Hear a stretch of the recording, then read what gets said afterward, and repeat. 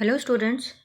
In our previous lecture हमने properties of ethanol and ethanoic acid किया था और remaining properties of chemical properties of carbon compounds किया था। Now so today we will start our next topic that is soaps and detergents. ठीक है, इससे पहले जो है आपके दो इन-टेक्स्ट क्वेश्चंस दिए गए हैं। First is your what would how would you distinguish experimentally between an alcohol and carboxylic acid. ठीक है, तो एक्सपेरिमेंटली अगर आपको डिस्टिंग्विश करना है एक अल्कोहल और कार्बोक्सिलिक एसिड में, तो आप जो भी आपने इथेनोइक एसिड और इथेनॉल की प्रॉपर्टीज़ लिखी है वो आप लिख सकते हो इसमें, क्योंकि अल्कोहल आपका इथेनॉल है और जो आपके पास इथेनोइक एसिड है that is from the group of carboxylic acid. तो आप उन दोनों की प्रॉपर्टीज़ और रिएक्शन इसमें लिख सकते हो, वही लिखना। ठीक है, जो आपको करवाया है। नेक्स्ट है आपके पास what are oxidising agents. Oxidising agents आपने पढ़ा है और आपको नोट्स में भी बताया है कि oxidising agents are capable of adding oxygen to the substance. Those are the agent या substances those are capable of adding oxygen to a substance. तो ये थे आपके दो क्वेश्चंस जो आप खुद कर सकते हो hopefully. Now next is your soaps and detergent. तो सोप्स एंड डिटर्जेंट में आपका बेसिकली हमने पढ़ा कि इथेनोइक एसिड से आपका सपोनिफिकेशन के थ्रू क्या बन गया, सोप। तो सोप का जो वहाँ पे आपके पास था element that was CH3COO Na था वहाँ पे, which is your positive in charge and basic in nature. ठीक है, सोप क्या होता है नेचर में, बेसिक होता है। सो इसका स्ट्रक्चर कुछ इस तरह से होता है। एक सोप का मॉलिक्यूल स्ट्रक्चर में कुछ इस तरह से होता है। एक उसका हेड होता है और एक उसका क्या होता है, टेल। ठीक है, ये जो हेड वाला पार्ट होता है ये Na पॉजिटिव होता है, बाकी ये वाला पार्ट क्या होता है, नेगेटिव। अब ये जो नेगेटिव पार्ट होता है this is your called your hydrophobic part. And जो आपका पॉजिटिव पार्ट होता है this is your hydrophilic part. ठीक है, अब यहाँ पे हाइड्रोफोबिक और हाइड्रोफिलिक का क्या मतलब है। हाइड्रोफोबिक तो आपने सुना ही होगा, दैट इज योर वाटर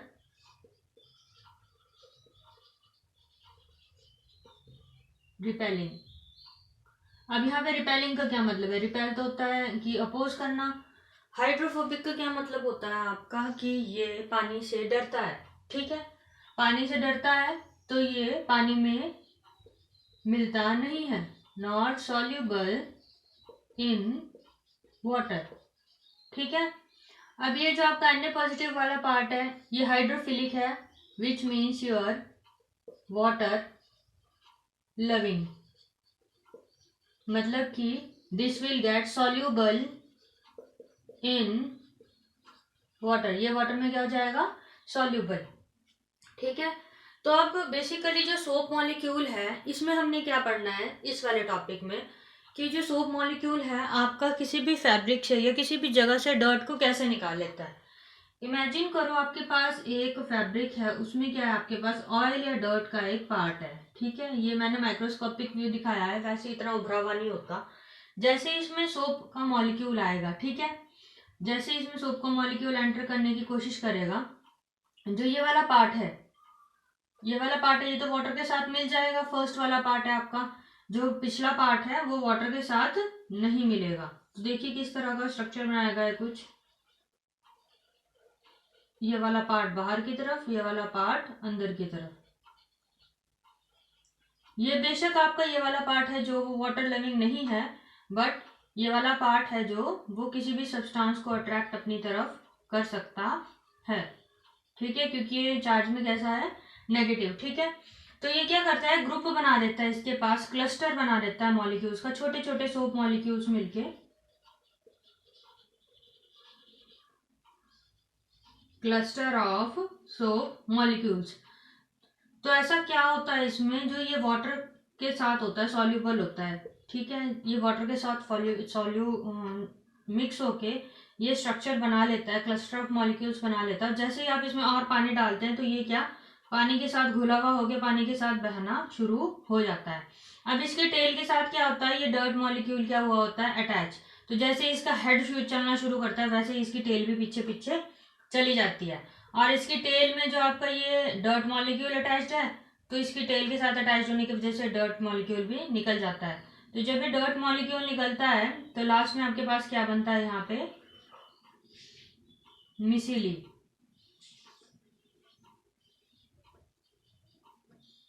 मिसिली क्या होता है आपके पास, the cluster of molecules formed by the soap when the hydrophilic part is dissolved in your water. The cluster of molecules in which the hydrophobic tails are in interior, जो hydrophobic tales हैं आपके वो कहाँ की तरफ होंगी, interior मतलब dirt के साथ अटैच्ड, और जो हाइड्रोफिलिक हैं वो कहाँ हैं, एक्सटीरियर में। तो इस तरह की इस कंप्लीट स्ट्रक्चर को, जब ये पूरा कंप्लीट स्ट्रक्चर ले लेता है आपका, टेल अंदर की तरफ और हेड बाहर की तरफ, इस स्ट्रक्चर को क्या बोलते हैं, मिसिली फॉर्मेशन। ठीक है। और ये बीच में आपका क्या पार्ट है, यहाँ पे डर्ट मॉलिक्यूल। आपकी बुक में ये डायग्रामेटिकली बहुत अच्छे से समझाया गया है, आप वहां से देख सकते हो कि ये जो डर्ट मॉलिक्यूल है वो वहां पे कैसे वहां से सेपरेट आउट हो रहा है, जो जिस स्पॉट पे वो चिपका हुआ है। ठीक है। तो यहाँ पे the molecules of soaps are sodium and potassium of salt. Basically जो आपके पास सोप है that is your sodium and potassium salt. मतलब जो इसका हाइड्रोफिलिक एंड है वो हमेशा क्या कंटेन करेगा, सोडियम और potassium, long chain carboxylic acid का। ये तो आपको पता ही है, हमने कहाँ पे पढ़ा था, सपोनिफिकेशन इथेनोइक एसिड के अंदर, जो कि एक कार्बोक्सिलिक एसिड का पार्ट है। ठीक है। तो ये था आपका स्ट्रक्चर ऑफ मिसिली और की क्लींजिंग एक्शन ऑफ सोप। अब इस टॉपिक को ये भी बोल सकते हो, cleaning action of soap. Cleaning action of soap में पहले आपको यहाँ पे सोप मॉलिक्यूल का स्ट्रक्चर बताना है, उसके बाद उसकी वर्किंग बतानी है, लास्ट में आपको मिसिली फॉर्मेशन बताना है। ठीक है। नेक्स्ट है आपके पास यहाँ पे डिटर्जेंट्स। अब जब आपका सोप जो है, जो पूरी तरह से आपके डर्ट मॉलिक्यूल को निकालने में केपेबल है बाय फॉर्मिंग अ मिसिली, तो फिर यहाँ पे जो आपका डिटर्जेंट है उसकी जरूरत क्यों पड़ी। जो आपका ये तो आपको अपनी डेली लाइफ में भी दिखता होगा, जैसे कि पोंटा की तरफ काफी ज्यादा जो है पानी में या फिर बकेट्स में आपने देखा होगा, जो बकेट्स हैं आप घर में यूज करते हो बाथरूम्स वगैरह में, उनमें क्या है, एक वाइट सी लेयर डिपॉजिट हो जाती है। तो वाइट सी लेयर किसकी वजह से होती है, जो आपके वाटर में कैल्शियम और मैग्नीशियम सॉल्ट्स होते हैं उनके वजह से वो वाइट लेयर वहां पे डिपॉजिट हुई होती है। किसकी वजह से, because of presence of calcium and magnesium salts. अब आपने पढ़ा होगा कि आपके पास एक फॉर्म होती है वाटर की, that is your pure water. उसी तरह से एक फॉर्म है that is your hard water. ये किसकी वजह से होता है, due to presence of calcium and magnesium salts. तो मतलब आपके जो पोंटा में पानी है that is your hard water. Hard water में बेसिकली आपकी जो क्लीनिंग है वो इजी नहीं होती। क्यों, because soap molecule forms scum with hard water. Soap molecule जो है वो स्कम फॉर्म करता है। अब यहाँ पे स्कम क्या है, that is your insoluble substance. अब ये इनसॉल्युबल सब्सटेंस क्या करता है, देखो जो आपका सोप मॉलिक्यूल है जब वो अच्छे से पानी में घुल नहीं पा रहा है और क्या फॉर्म कर रहा है, एक इनसॉल्युबल सब्सटेंस, तो रिजल्ट क्या होगा, जैसे ही आप साफ करने के लिए और पानी डालोगे so that you can remove your soap, वहां पे जो इनसॉल्युबल सब्सटेंस है वो पानी के साथ नहीं जाएगा, क्योंकि वो पानी में मिला ही नहीं। ठीक है।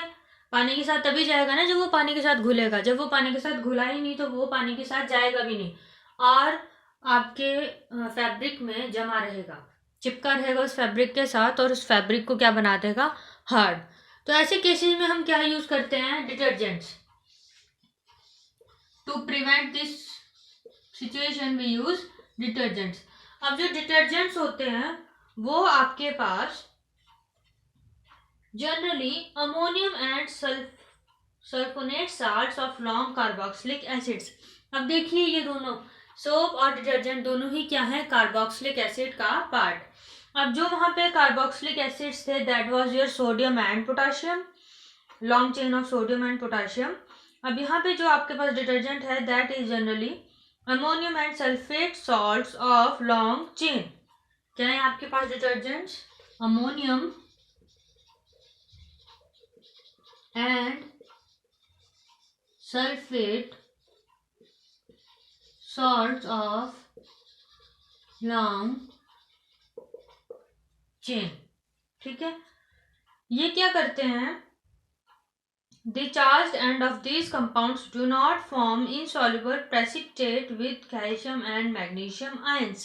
सिंपल सी बात है, जो हार्ड वाटर में कैल्शियम और मैग्नीशियम आयंस होते हैं उनके साथ मिलके ये आपका insoluble precipitate that is your scum form नहीं करते। ठीक है, जो डिटर्जेंट्स हैं they do not form scum, thus they remain effective in hard water, so therefore do not form scum, thus effective in hot water। Micelle formation की वजह से ही आपका जो फोम होता है वो भी प्रोड्यूस होता है। ठीक है, मिसिलीज फॉर्म होते हैं, क्लस्टर ऑफ मॉलिक्यूल्स होते हैं, उन्हीं की वजह से क्या होता है आपका वहां पे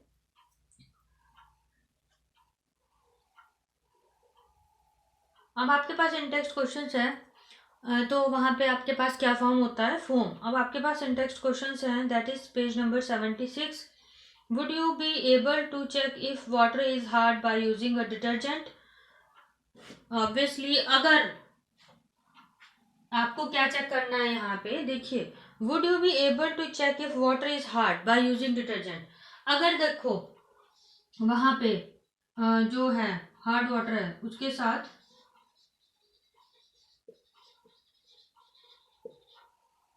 जो डिटर्जेंट है वो क्या इनसॉल्युबल प्रेसिपिटेट फॉर्म नहीं करेगा। ठीक है, वैसे तो जो हार्ड वाटर है उससे डिटर्जेंट से आपको पता लगाना मुश्किल हो जाएगा, क्योंकि जो डिटर्जेंट है वो नॉर्मली भी वाटर के साथ आपका जो है फोम फॉर्म करेगा, मिसली फॉर्म करेगा, और हार्ड वाटर के साथ भी मिसली फॉर्म करेगा। तो यहाँ पे आपको जो हार्ड वाटर को आइडेंटिफाई करने के लिए आपका सोप बेटर रहता, so it will be difficult to check the hard water by using detergent। ठीक है, जो डिटर्जेंट है उनके प्रैक्टिकल एप्लीकेशन क्या है आपके पास, used for formation of shampoos and your cleaning agents. अब क्लीनिंग एजेंट्स क्या है आपके, जैसे हार्पिक वगैरह, फिनाइल वगैरह। ठीक है, नेक्स्ट है आपके पास people use a variety of method to wash clothes, usually after adding the soap. They best the clothes on a stone. No, sorry, they beat the clothes on a stone or beat it with a paddle। उसे पत्थर पे रख के, जो आपकी घर में आपने छोटा सा बैट देखा होगा, मम्मी उसे कपड़े भी, आजकल तो वैसे धोते नहीं है, वॉशिंग मशीन है। पहले ज़माने में जो धोबी होते थे, छोटा सा बैट की शेप होती थी, उससे क्या करते थे, कपड़ों को पीटते थे विद अ ब्रश, और या फिर आप लोग आजकल तो ब्रश से यूज करते ही होंगे ब्रश, और the mixture is agitated in a washing machine. Why is agitation necessary to clean the cloth. Agitation क्यों नेसेसरी होता है, देखिए जो आपका सोप का जो लास्ट वाला चार्ज है that is your negative charge. तो जब आप एगिटेशन करोगे तो ये जो नेगेटिव चार्ज है ये मॉलिक्यूल को ज़्यादा जो आपका हाइड्रोफिलिक एंड है उसे अपोज करने की कोशिश करेगा। मतलब यह अगर आप इसे ज़्यादा ज़ोर से पीटोगे, ज़्यादा एगिटेशन प्रोवाइड करोगे तो ये कभी प्रेस होगा और कभी खुलेगा, कभी प्रेस होगा तो कभी खुलेगा। तो इस हिसाब से जो इसमें जो चार्ज है वो बढ़ेगा, और जो आपका सोप है जो आपका हार्ड से हार्ड मॉलिक्यूल है, अंदर जो आपका डर्ट है वो हाइड्रोफिलिक एंड के साथ, सॉरी हाइड्रोफोबिक एंड के साथ इंटैक्ट हो सकेगा। अगर आप आराम से ही विदाउट एगिटेशन जो है अपना सोपिंग एक्शन रखोगे तो जो है वो ऊपर के पार्ट को ही रखेगा। एगिटेशन क्या है कि वो डीपर आपका जो हाइड्रोफोबिक एंड है वो डीपर पेनिट्रेट कर सके। ठीक है, अब आपके थोड़े बहुत एक्सरसाइज क्वेश्चंस कर लेते हैं। I will try to complete them today, क्योंकि बहुत ही लंबा चैप्टर चल गया है, ये इतना लंबा चैप्टर नहीं था। Ethane with the molecular formula C2H6। ठीक है, अब क्या कर रहे हैं आपके एक्सरसाइज क्वेश्चंस। तो फर्स्ट तो आपके यहाँ पे MCQs ही हैं। आपको देख के तो फायदा नहीं, क्योंकि आप लोग तो लेक्चर्स ही नहीं देखते हो। आपके तो लेक्चर्स ही नहीं लगाने चाहिए इनफैक्ट।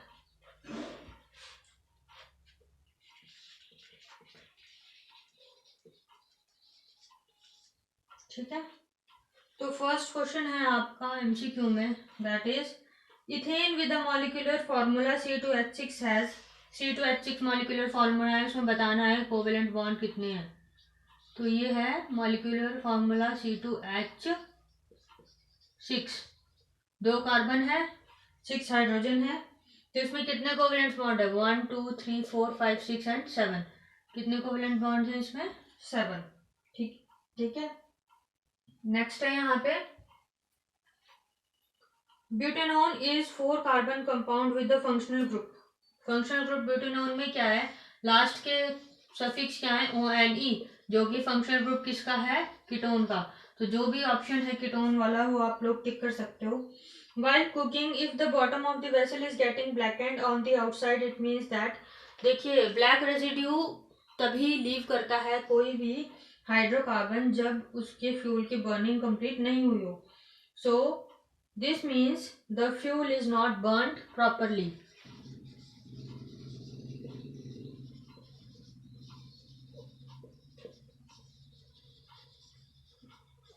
ये वाला ऑप्शन शायद सेकंड है।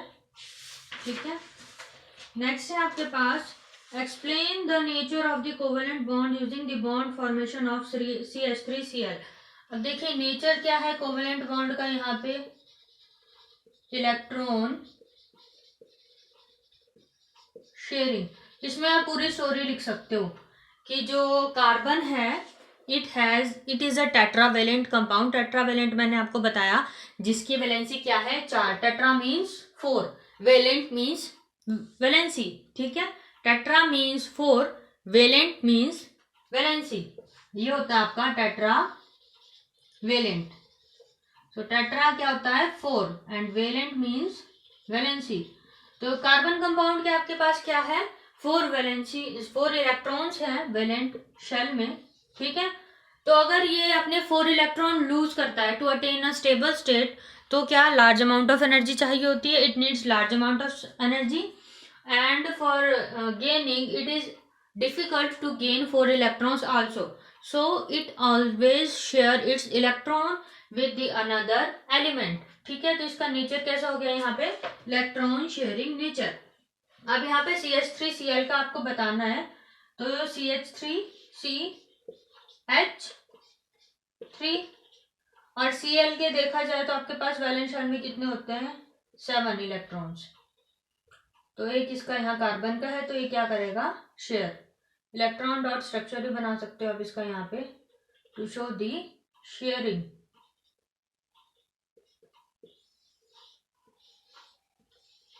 ठीक है, ये आ गया आपका CH3Cl का structure. Draw the electron dot structures of, ये लोग आप लोग खुद बनाओगे, कोई नहीं आया तो मुझसे पूछ लेना। What is homologous series? Question number 6 is what is homologous series? Explain with an example.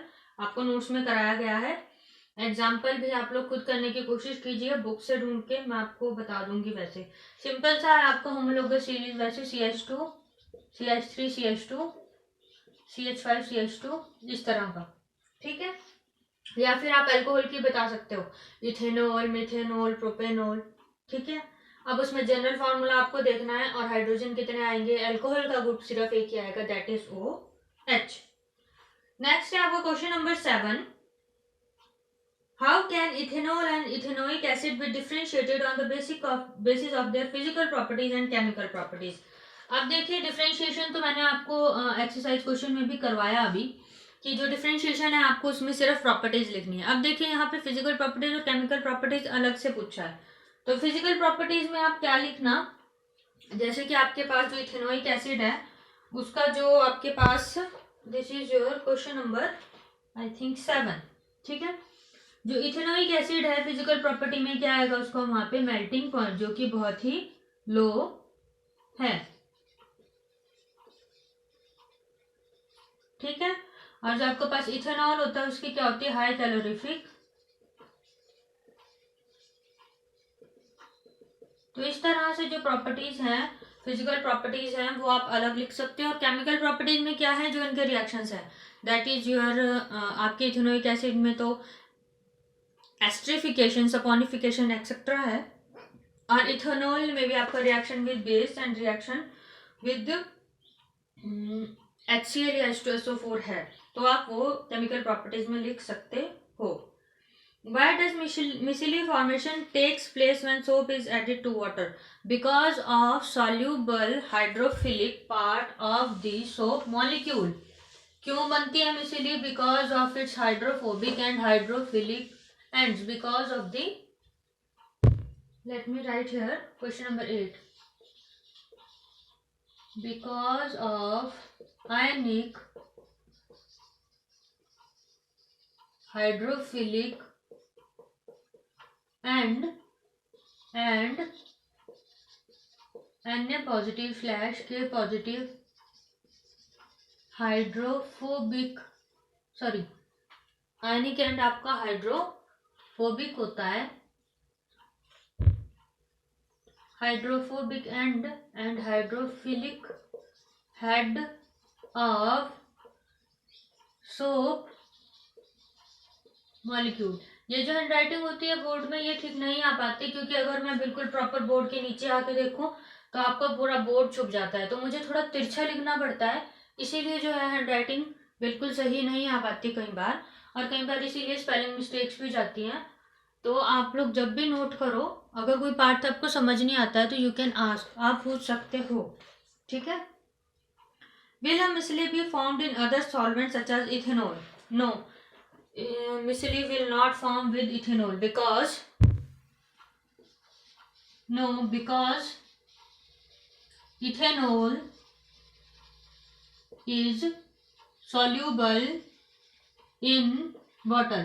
Ethanol जो है उसका हेड किसका होगा, OH का, और आपको पता है अल्कोहल क्या है, वाटर सॉल्यूबल। ये भी आपकी क्या है, अल्कोहल की फिजिकल प्रॉपर्टी। तो फिजिकल प्रॉपर्टी आप ये भी लिखोगे कि alcohol is soluble in water, ठीक है। Explain the formation of scum when hard water is treated with soap. तो इसमें आप ये लिख सकते हो, and in when soap is added to the water and insoluble substance remain after washing with water. This is caused by the reaction of soap with calcium and magnesium salt, which causes the hardness या which is because of the hardness of water, ठीक है। तो ये है इसका explanation. Next है आपके पास, why are carbon and its compound used for the used as fuels for most applications? This is because of high calorific value of hydrocarbons.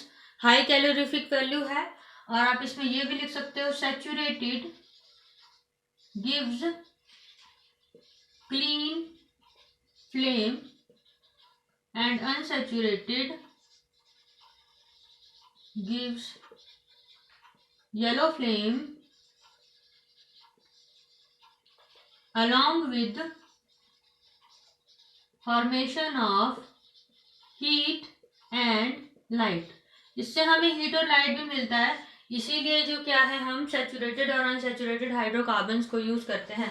Mainly इसकी high calorific value है। हाई कैलोरीफिक का क्या मतलब है, यहाँ पे बहुत ही लो टेम्परेचर पे इजीली बर्न हो जाता है, और बहुत ही लो अमाउंट में बहुत ज़्यादा हीट प्रोड्यूस करता है, तो मतलब कम कंजम्पशन के साथ हमें ज़्यादा आउटपुट मिलता है।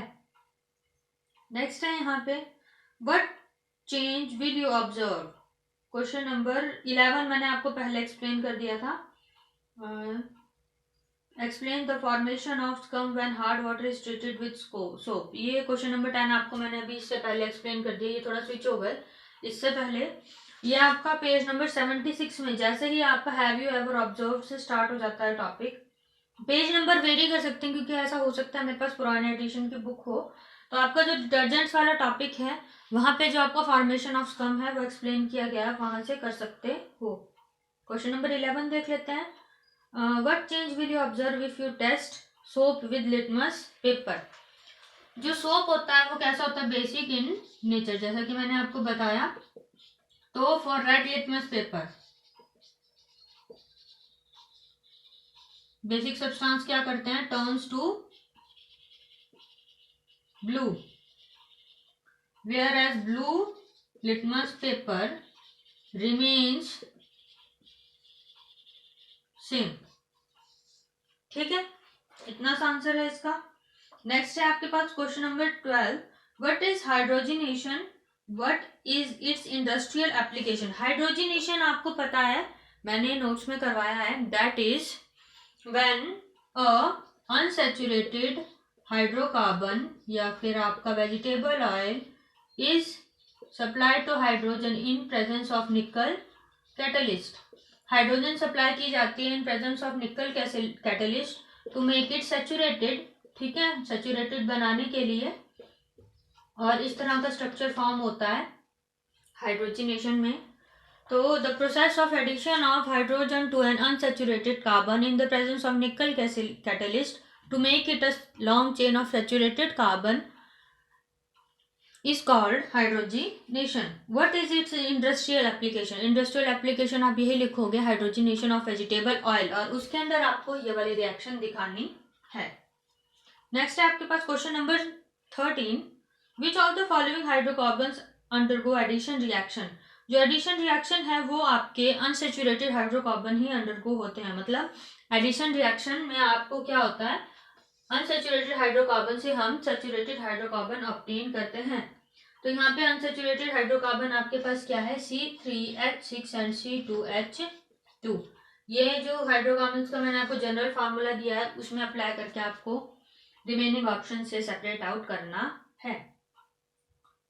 क्वेश्चन नंबर 14 है आपके पास, give a test that can be used to differentiate chemically between butter and cooking oil. ठीक है, तो ये आप सिंपल इसमें क्या यूज करते हो, हाइड्रोजनेशन ऑफ वेजिटेबल ऑयल्स। तो उसमें क्या होगा, देखिए जो आपका ऑयल है, अगर आप उसे हाइड्रोजनेट करते हो तो that will form a saturated. अगर वो हाइड्रोजनेट हो जाता है, उसमें हाइड्रोजन ऐड हो जाता है, तो that will form a saturated. और जो बटर है, अगर आप उसमें हाइड्रोजन ऐड नहीं करते, हाइड्रोजन ऐड करते हो, तो that will not get saturated, वो अनसैचुरेटेड ही रहेगा। नेक्स्ट है आपके पास question number 15, explain the mechanism of cleaning action of soaps. तो आपका मिसलीज नाम का एक मोर टू नो नाम का एक ब्लॉक बना हुआ है चैप्टर के एंड में, सोप्स एंड डिटर्जेंट टॉपिक के अंदर मिसलीज नाम का टॉपिक है, उसमें आपका पूरा प्रोसेस विद डायग्राम आपको बताया है, और जो आपका ब्लू डायग्राम्स हैं वो भी आपको बनाने हैं इस टॉपिक के, इस क्वेश्चन के अंदर। So along with this your chapter is completed, और मैं एक्सपेक्ट करती हूँ कि अगली बार जब आप स्कूल में आओगे अलॉन्ग विद इट्स कॉपीज और चैप्टर प्रिपेयर करके आओगे। So thank you, this is all for today.